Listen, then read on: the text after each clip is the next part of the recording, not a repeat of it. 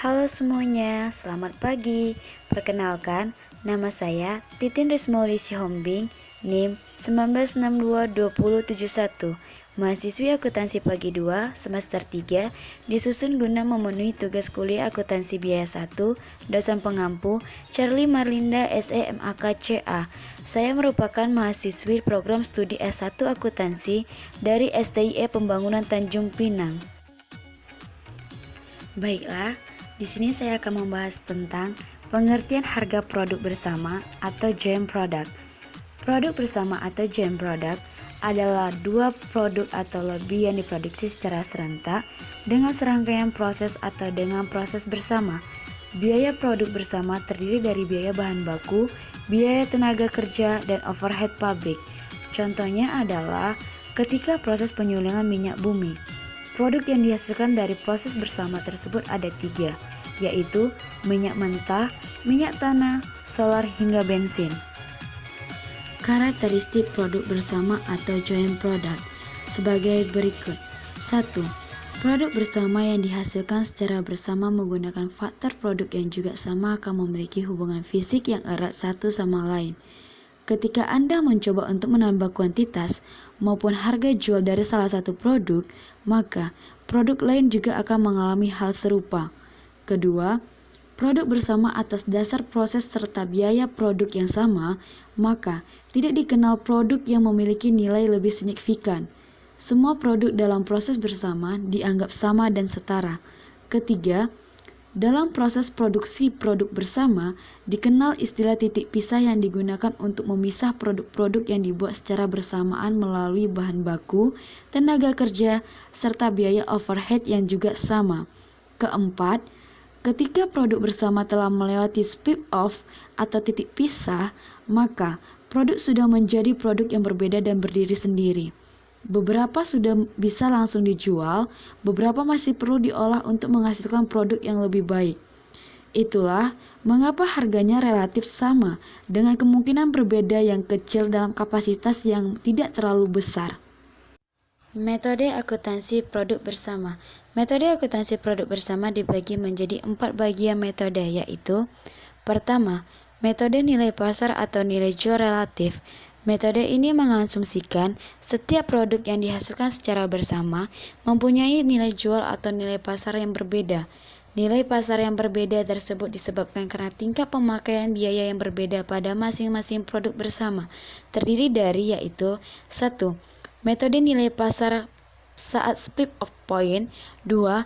Metode nilai jual hipotesis. Contoh soalnya yaitu PT Jaya mengeluarkan biaya bersama yang digunakan untuk memproduksi barang A, B, dan C sebesar 20 juta rupiah.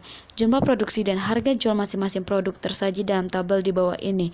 Produk A, jumlah produk 6.000, harga per kilogram 3.000. Produk B, jumlah produk 8.000, harga per kilogram 4.000. Produk C, jumlah produk 10.000, harga per kilogram 5.000. Bagaimana alokasi biaya bersama dengan metode nilai jual relatif?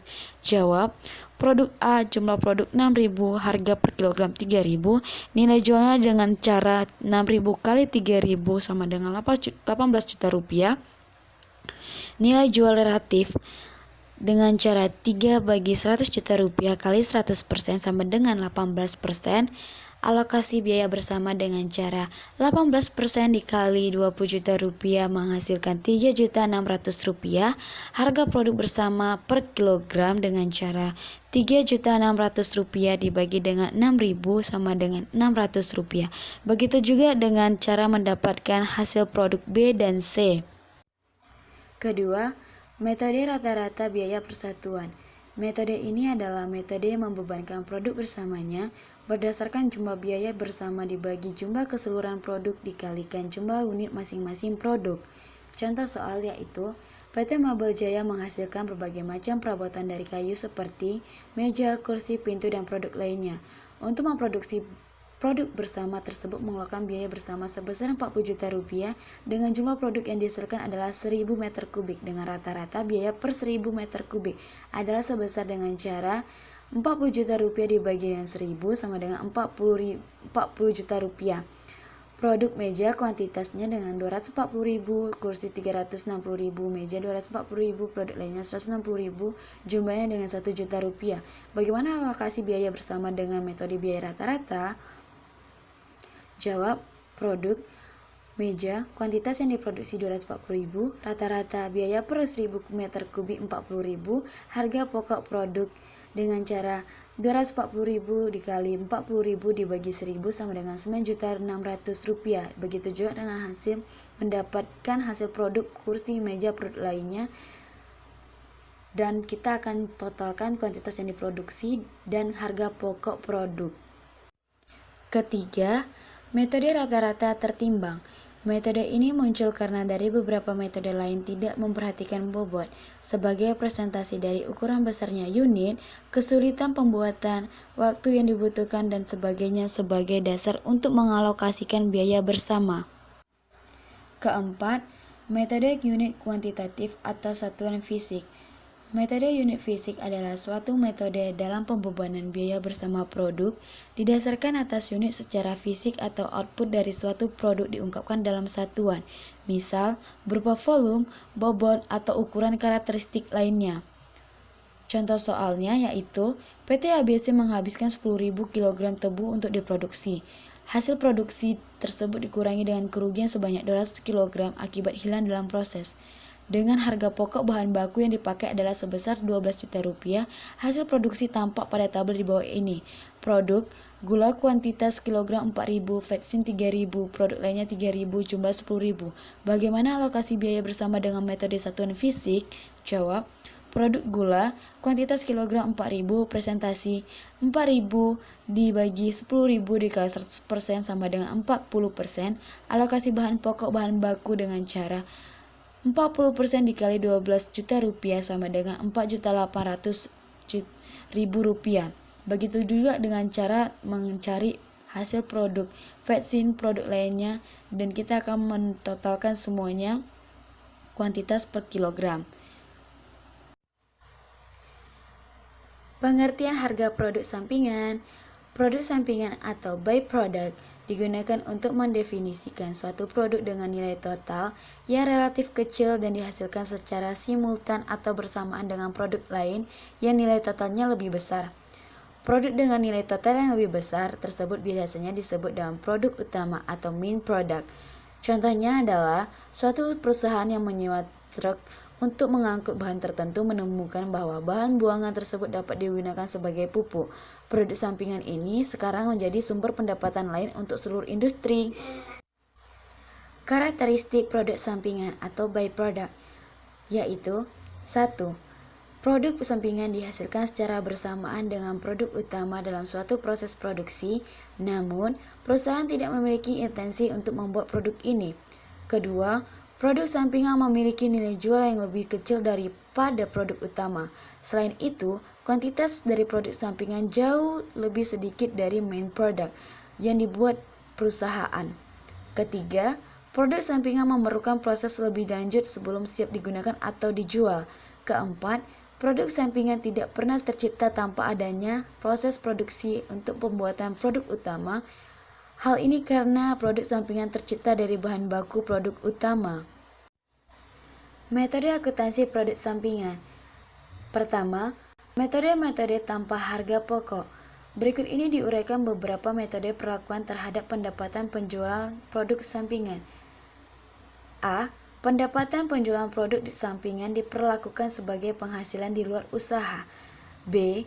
Pendapatan penjualan produk sampingan diperlakukan sebagai tambahan pendapatan penjualan produk utama. C. Pendapatan penjualan produk sampingan diperlakukan sebagai pengurang harga pokok penjualan. D.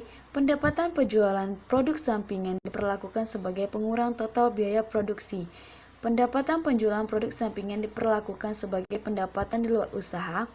Pendapatan yang diperoleh dari penjualan produk sampingan dikurangi dengan penjualan returnnya dicatat dalam rekening pendapatan penjualan produk sampingan, dan pada periode akhir akuntansi ditutup ke rekening rugi laba. Metode ini cocok digunakan dalam perusahaan yang A. Nilai produk sampingannya tidak begitu penting atau tidak dapat ditentukan. B. Penggunaan metode yang lebih teliti memerlukan biaya yang tidak sebanding dengan manfaat yang diperoleh. C. Saat terpisahnya produk sampingan dari produk utama tidak begitu jelas dan pembebanan harga pokok produk sampingan kepada produk utama tidak mengakibatkan perbedaan yang mencolok pada harga pokok produk utama. Kedua, metode nilai pasar atau reversal cost method. Metode ini mencoba menaksir biaya produk sampingan dengan titik tolak dari nilai pasarnya. Metode ini hampir sama dengan metode tanpa harga pokok pendapatan penjualan produk sampingan diperlakukan sebagai pengurang total biaya produksi, tetapi ada sedikit perbedaan, yaitu pada metode tanpa harga pokok pendapatan penjualan produk sampingan diperlakukan sebagai pengurang total biaya produksi yang dikurangkan dari total biaya produksi adalah pendapatan penjualan produk sampingan yang sesungguhnya, sedangkan pada metode nilai pasar yang dikurangkan adalah taksiran nilai produk sampingan. Ketiga, metode biaya pengganti atau replacement cost method. Metode ini biasanya digunakan dalam perusahaan yang produk sampingannya dipakai dalam pabrik sebagai bahan baku atau bahan penolong. Harga pokok yang diperhitungkan dalam produk sampingan adalah sebesar harga beli atau biaya pengganti yang berlaku di pasar. Jumlah ini kemudian dikreditkan pada rekening barang dalam proses biaya bahan baku, sehingga mengurangi biaya produksi produk utama. Pengurangan biaya produksi produk utama ini akan mengakibatkan harga pokok persatuan persediaan produk utama menjadi lebih rendah. Contoh soal, jumlah biaya produksi untuk 36.000 kg produk utama menjadi 54.000, pendapatan penjualan produk utama 30.000 kali 6 menjadi 180.000, biaya pengganti produk sampingan yang digunakan dalam pengulangan produk utama 3.600, biaya pemasaran dan administrasi dan umum 8.000, persediaan akhir produk utama 6.000 kg. Buatlah laporan laba rugi dengan metode biaya pengganti dalam perlakuan terhadap produk sampingan. Jawab, laporan laba rugi dengan metode biaya pengganti, pendapatan penjualan produk utama 180.000, biaya produksi 36.000 kali 1,5 54.000 dikurangi dengan biaya mengganti produk sampingan 3.600 menjadi 50.400 dikurangi dengan persediaan akhir 6.000 kg kali 1,4 menjadi 8.400, laba bruto 42.000, biaya pemasaran dan administrasi dan umum dikurangi 8.000, laba bersih sebelum PPh Rp130.000. Hasil penjualan produk sampingan dicantumkan dalam laporan rugi laba sebagai berikut. A. Other income. B. Penambah hasil penjualan produk utama. C. Pengurang harga pokok penjualan utama. D. Pengurang biaya produksi produk utama. Kesimpulannya adalah biaya produk bersama adalah biaya yang dikeluarkan sejak saat mula-mula bahan baku diolah sampai dengan saat berbagai macam produk dapat dipisahkan identitasnya, sedangkan produk sampingan adalah satu produk atau lebih yang nilai jualnya relatif lebih rendah yang diproduksi bersama dengan produk yang lain yang nilai jualnya lebih tinggi. Jadi, perbedaan produk bersama dengan produk sampingan didasarkan pada nilai jual relatifnya. Referensi yang saya ambil dari buku Akuntansi Biaya Mulyadi, Akuntansi Biaya Bastian Bustami Nur Lela, serta Akuntansi Biaya dari penerbit Universitas Terbuka. Sekian dari video dari saya. Apabila ada kata yang saya ucapkan salah, mohon dimaafkan. Jangan lupa subscribe ya guys. Terima kasih.